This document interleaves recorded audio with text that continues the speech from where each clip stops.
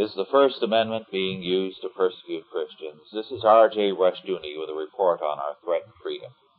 On hundreds of state college and university campuses across the country, there is a major threat facing campus religious ministries which are Christian.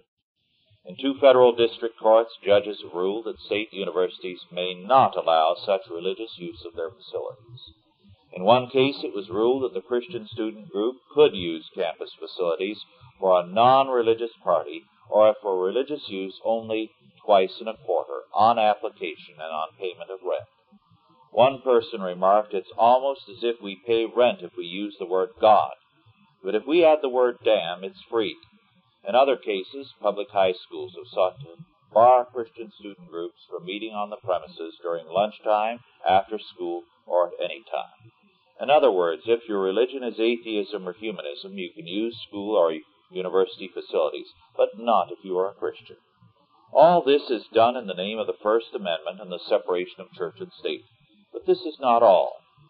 When in California, Christians organized as Californians for Biblical Morality, one newspaper called this a violation of the First Amendment. In other words, it is all right for homosexuals and prostitutes to organize for legal action, but Christians should be forbidden to attempt to influence politics. The plain implication of all this is that anybody can have all the freedom he wants and use public buildings also, provided he is not a Christian. In the name of the First Amendment, freedom is being denied to Christians.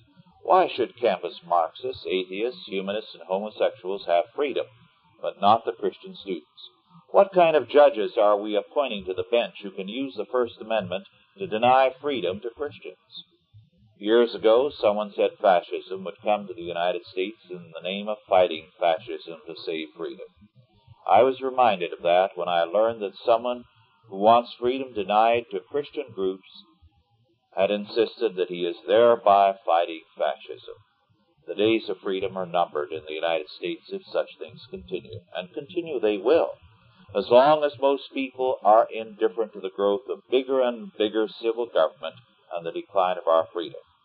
Are we any better off today for having concentrated so much statist power in Washington, D.C. and the state capitol?